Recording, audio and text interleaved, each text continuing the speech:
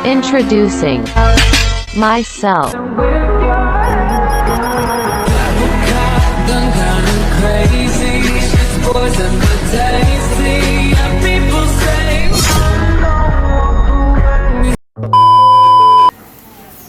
Selamat siang Ibu. Baik, selamat siang. Silahkan duduk. Silahkan cari posisi yang menurut kamu nyaman.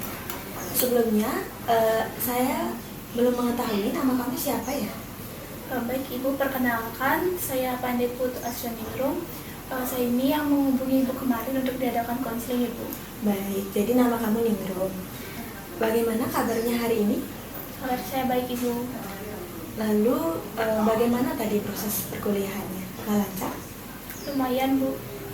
Baik, sebelum itu saya akan bertanya apakah Ningrum sudah pernah mengikuti layanan konseling? Belum pernah Bu. Baik, jika belum, saya akan menjelaskan. Tetapi sebelum kita memulai kegiatan konseling ini, alangkah baiknya kita berdoa menurut agama dan kepercayaan masing-masing agar sesi konseling ini dapat berjalan dengan lancar. Berdoa dimulai. Berdoa selesai. Baik, di sini saya akan menjelaskan apa yang dimaksud dengan sesi konseling. Nah, konseling itu merupakan proses interaksi antara konselor yang terlatih dan dengan individu atau kelompok yang menghadapi masalah atau kesulitan dalam hidupnya. Nah, dengan tujuan untuk membantu mereka memperoleh pemahaman yang lebih baik tentang diri mereka sendiri dan untuk membantu mencari solusi terhadap masalah apapun yang mereka alami saat ini. Nah, serta dalam konseling ini ada beberapa asas yang dapat saya jelaskan, yaitu yang pertama asas kerahasiaan, yang dimana asas kerahasiaan itu merupakan menjamin, yang dimana asas ini menjamin semua masalah yang Ningrum alami ini tidak akan bocor, yang mengetahui hanya saya dan Ningrum saja. Nah, selanjutnya ada asas kesukarelaan, artinya Ningrum datang ke sini tanpa paksaan siapapun atau paksaan orang lain. Nah, yang ketiga yaitu asas keterbukaan, artinya Ningrum bersedia menceritakan semua masalah yang Ningrum alami dan menceritakan apapun perasaan Ningrum saat ini. Nah, untuk itu, apakah Ningrum sudah mengerti apa itu sesi konseling? Baik Ibu, saya sudah mengerti tentang konseling. Baik, untuk itu saya akan membatasi pertemuan kali ini, yang dimana kita akan melangsungkan konseling selama kurang lebih 40-50 menit. Nah, dengan adanya waktu yang singkat ini, saya harap Ningrum dapat mengikuti proses konseling ini dengan baik dan memanfaatkan waktu yang ada.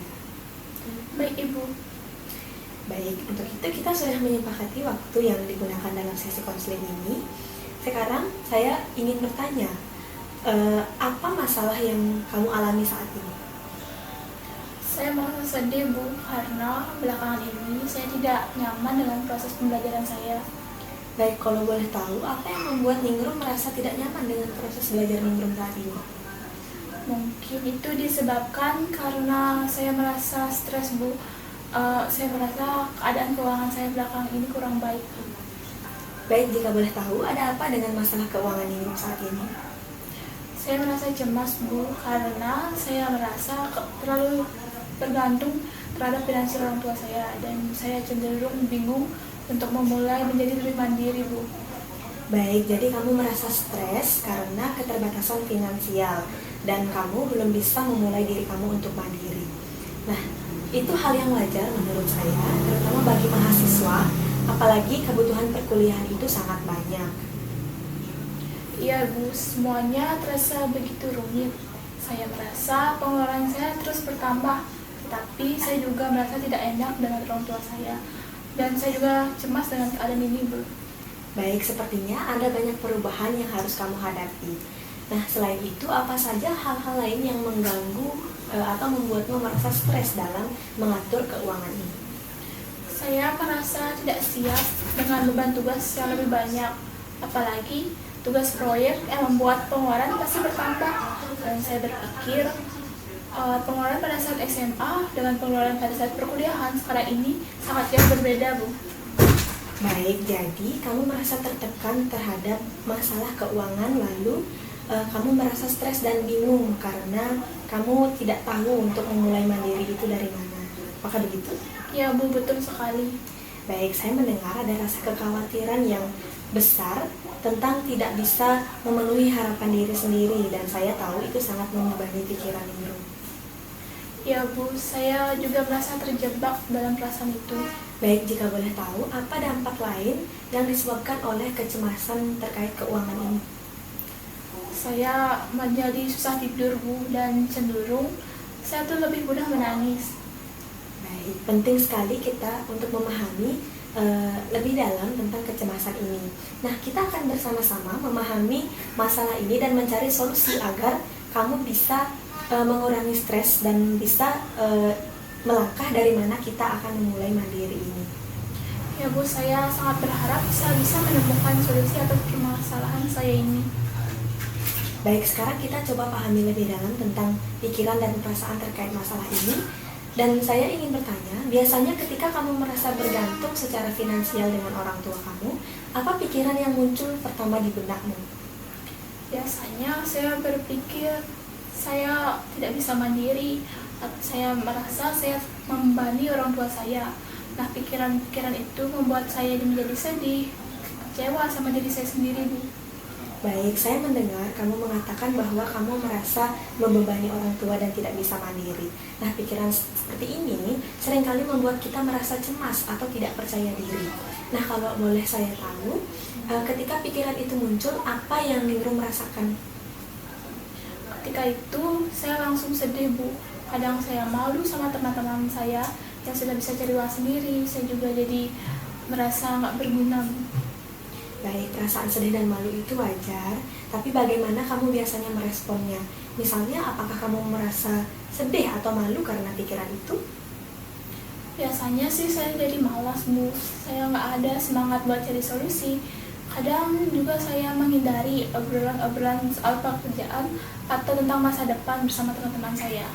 Baik, sekarang kita sudah melihat ada hubungan dan pikiran yang negatif, yaitu yang pertama, Ningrum merasa membebani orang tua terhadap finansial. Yang kedua, ada perasaan negatif yang dimana Ningrum merasa sedih dan malu dengan adanya masalah tersebut. Nah, selanjutnya ada yang perilaku itu Ningrum menghindari untuk mencari solusi karena merasa sedih dan malas jika mengalami masalah tersebut. Nah, pikiran-pikiran ini dapat kita ubah dan kita akan belajar menemukan solusi yang lebih sehat. Nah, kita akan mencoba menyelesaikan masalah ini dengan menggunakan langkah-langkah problem solving. Nah, kita akan mulai dari awal. Menurut kamu, apa masalah yang paling besar yang ingin kamu atasi saat ini? Menurut saya, masalah terbesar saya saat ini itu karena saya belum punya penghasilan sendiri, Bu. Saya ingin cari kerja, tapi saya juga bingung harus mulai dari mana. Baik, apa yang menurut kamu menjadi penyebab utama masalah ini? Apakah kamu belum pernah memiliki waktu pekerjaan, atau kamu merasa takut padahal kamu baru saja ingin mencoba?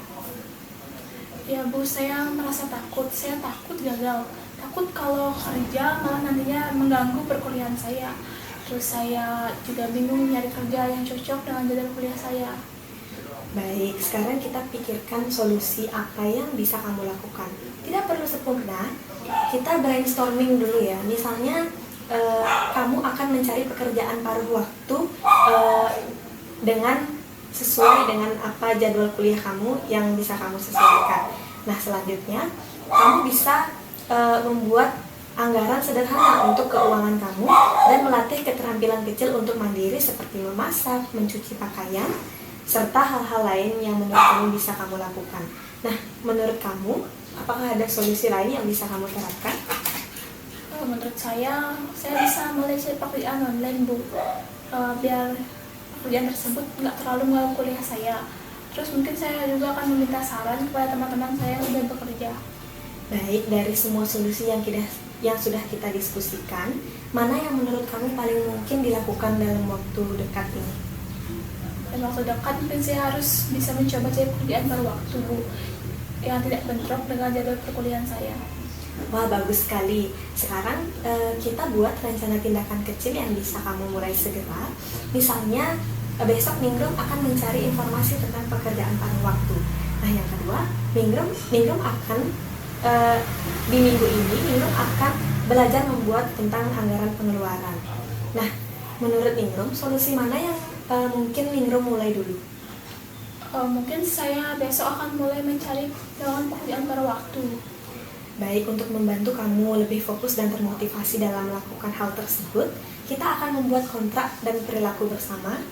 Ini akan menjadi komitmen Ningrum terhadap rencana tadi. Baik, untuk itu silahkan Ningrum tulis di sini. Baik, Bu.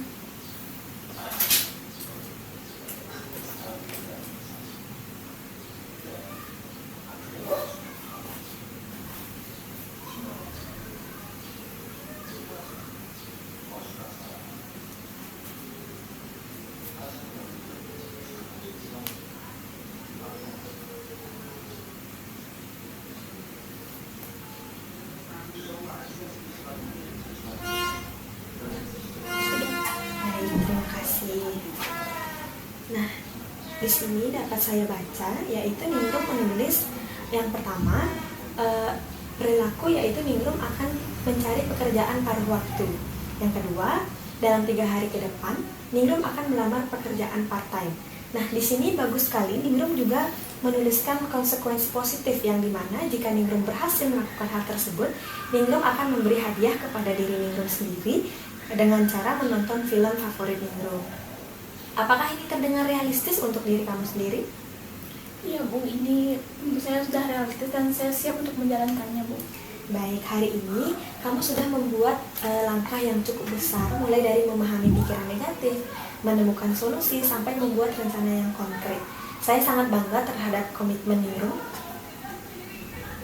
Nah, untuk itu, bagaimana perasaan Ningrum setelah melakukan sesi konseling ini, dan apakah ada hal yang ingin Ningrum tanyakan? Tidak, Bu, setelah melakukan konseling ini saya merasa lebih lega, Bu. Saya jadi tahu harus mulai dari mana dan lebih percaya diri untuk mulai mencoba. Baik, itu kabar yang sangat-sangat baik menurut saya. Saya yakin dengan langkah-langkah kecil ini, Ningrum bisa memulai merasa lebih mandiri dan percaya diri. Nah, untuk itu, jika Ningrum masih merasa ada kendala, kita bisa jadwalkan sesi konseling berikutnya. Dan saya ucapkan terima kasih karena sudah mempercayai saya hari ini. Dan saya ucapkan semangat dan selamat mencoba. Baik, Bu, saya juga mengucapkan terima kasih pada Ibu. Saya akan coba menjalankan rencana hari ini. Nah, untuk itu saya izin pamit ya, Bu. Permisi. Baik, terima kasih, hati-hati di jalan ya Ningrum.